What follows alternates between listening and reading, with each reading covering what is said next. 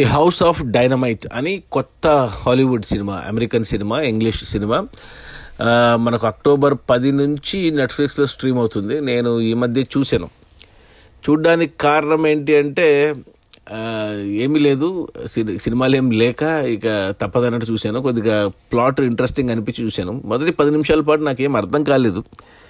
అప్పుడు మొదట్లో వచ్చినప్పుడు అక్టోబర్ 10 వచ్చినప్పుడు చూసి పక్కన పెట్టేశాను. మళ్ళీ ఇప్పుడు చూస్తే పొరపాటు చేశాను అనిపించింది, చూసిందాల్సింది అనిపించింది.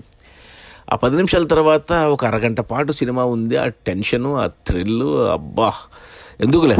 అంటే మామూలుగా మనం పాత సినిమాలు చూస్తే, అమెరికన్ సినిమాలు అంటే ఏలియన్స్ అటాక్ చేసిన అమెరికాను వచ్చి అటాక్ చేస్తాయి. అంటే ప్రపంచంలో ఏ ఇబ్బంది ఉన్నా అమెరికానే సాల్వ్ చేస్తుంటుంది అనమాట. అలా ఉంటుంది. అవన్నీ ఏదో ఫ్యాంటసీ సినిమాలు, ఏలియన్స్ వచ్చినా, జాంబీలు వచ్చినా, లేకపోతే ప్రళయం వచ్చినా, ఇవన్నీ ఫ్యాంటసీస్ మూవీస్ కాబట్టి ఓకే, యాక్సెప్ట్ చేస్తాం, అలవాటు అయిపోయింది అది. కానీ ఇప్పుడు ఈ సినిమాలు, అంటే ఇది నెట్ఫ్లిక్స్ వాళ్ళ సినిమా, కొన్ని థియేటర్లో కూడా సెలెక్టెడ్గా వేశారు సెప్టెంబర్లో.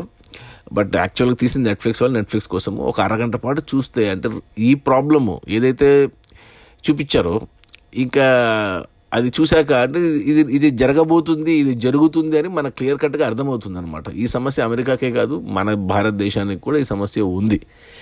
జస్ట్ ఊహించుకుంటే ఈ పరిస్థితిలో మనం ఉంటే ఏంటి అన్న ఊహకే చెమటలు పట్టేసాయి నాకు. అంటే మీరు కూడా చూడండి ఈ హౌస్ ఆఫ్ డైనమైట్. నేను ప్లాట్ చెప్పను, ప్లాట్ చెప్తే మీకు థ్రిల్ ఉండదు. నాలాగే ఏం తెలియకుండా చూస్తేనే ఈ సినిమాని ఎంజాయ్ చేయగలము. సో మొదటి 10 నిమిషాలు ఓపికగా చూడండి, అర్థం చేసుకోవడానికి ప్రయత్నించండి. ఆ తర్వాత అరగంట మాత్రం మీరు కన్నార్పకుండా చూస్తారు. ఆ ప్రాబ్లం అలాంటిది, ఆ ప్లాట్ అలాంటిది. అది ఎవరికైనా రావచ్చు, మనకైనా రావచ్చు. సో ఆ అరగంట తర్వాత ఇక అయిపోయింది, ఇక ఏం లేదన్నప్పుడు టక్కుమని కట్ చేశారు. ఇంకో అరగంట సేమ్, ఇంతసేపు మనం అరగంట పాటు ఏం చూసామో మళ్ళీ అవే సీను, బట్ వేరే పర్స్పెక్టివ్లో. అంటే మనకు ఫస్ట్ అరగంటలో ఒక గ్రూప్ మాట్లాడుతూ ఫేస్ చూపిస్తారు, ఇంకో గ్రూప్ ఫోన్లో ఉంటుంది. ఇప్పుడు నెక్స్ట్ అరగంట ఇంతకుముందు గ్రూప్ అరగంటలో ఫోన్లో ఉన్న వాళ్ళ సైడ్ అంతా మనకు విజువల్ చూపిస్తారనమాట.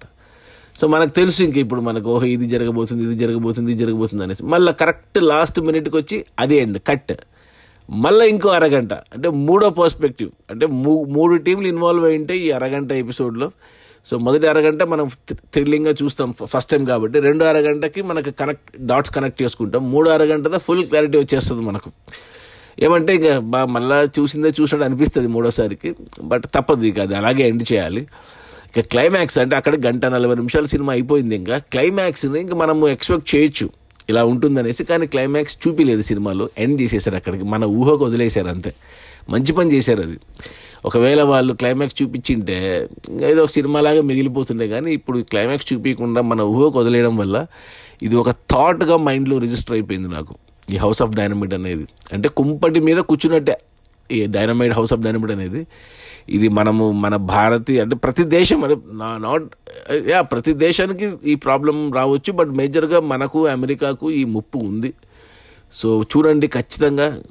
ఫ్యామిలీతో చూడొచ్చు అంటే నిరభ్యంతరంగా చూడొచ్చు ఫ్యామిలీతో. సో ఖచ్చితంగా చూడండి ఈ సినిమాని, అప్పుడు మీకు అర్థమవుతుంది నేనేం మాట్లాడుతున్నానో. ఇది ఖచ్చితంగా జరగబోతుందని నాకు అనిపిస్తుంది. ఈ ప్రాబ్లం ఏదైతే సినిమాలో చూపించారో ఖచ్చితంగా ఏదో ఒక రోజు జరుగుతుంది. అది ఇప్పుడు జరుగుతుందా, ఒక 10 ఏళ్ళకి జరుగుతుందా, ఒక 100 ఏళ్ళకి జరుగుతుందా తెలియదు, కానీ జరగడం మాత్రం పక్కా. అది హౌస్ ఆఫ్ డైనమైట్. నా రేటింగ్ వచ్చి 3 out of 5 గుడ్ అని చెప్తాను. So don't miss, watch this movie on Netflix, house of dynamite. నేను ఒరిజినల్ ఇంగ్లీష్లోనే చూశాను, తెలుగు డబ్బింగ్ ఉందో లేదో చెక్ చేయలేదు. తెలుగులో ఉంటే తెలుగులో చూసేయండి, but watch it in English only with English subtitles. House of Dynamite, don't miss. Okay, bye.